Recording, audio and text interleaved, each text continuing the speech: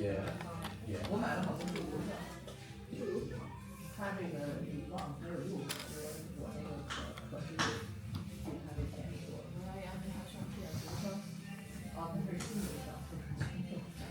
我那个也有新没有旧的，它是在我在油票公司买的，在那个是南豪，就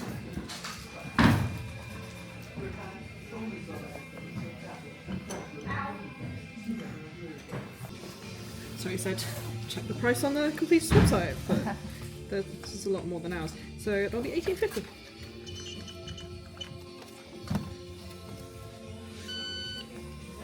Yep.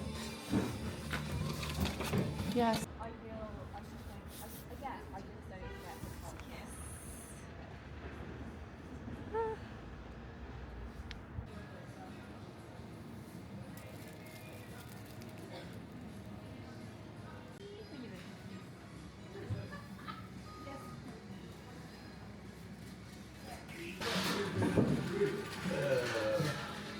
So yeah.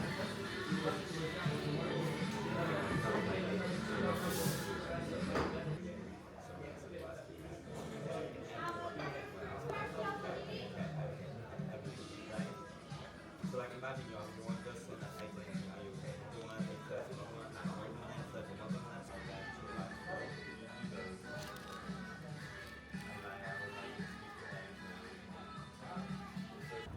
Yeah, yeah.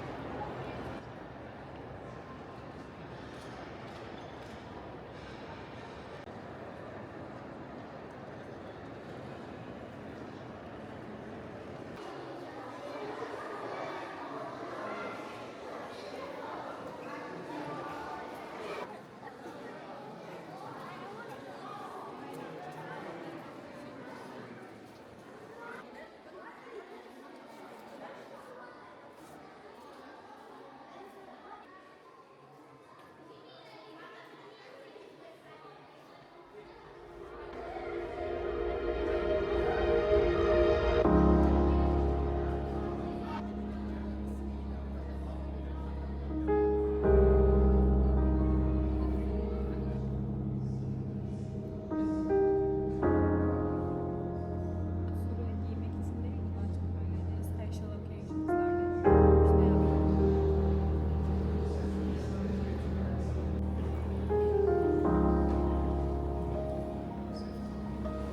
Bence buna yönelebilirsin. Hoşuna gider miydi? denemeden Kapıcımızın bir podcast'ı. Bak o kızım.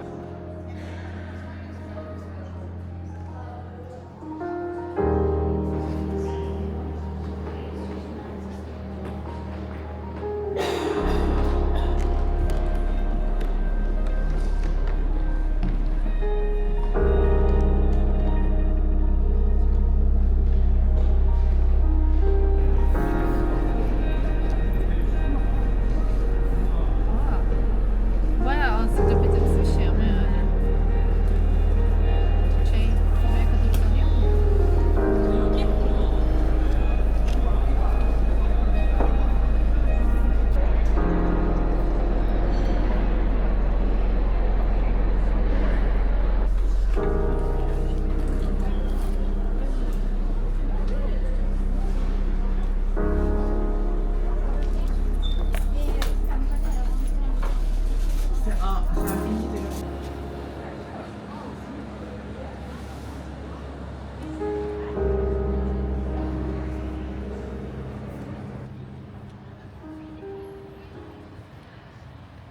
gel bir selfie çekelim. Thank you so much. No, I think it's good.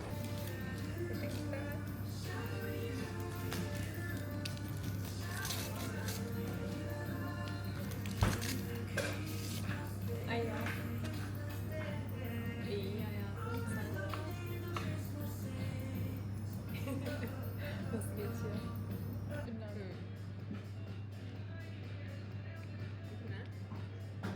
Normal lahana. İstemiyorum. Sen yiyebilirsin, ben yemeyeceğim.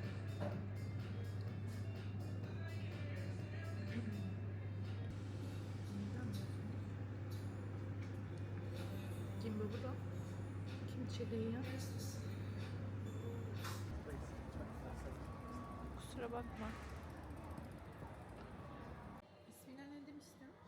Markasını mı? Hı hı. Pentel Mechanical Pencil. Pentel.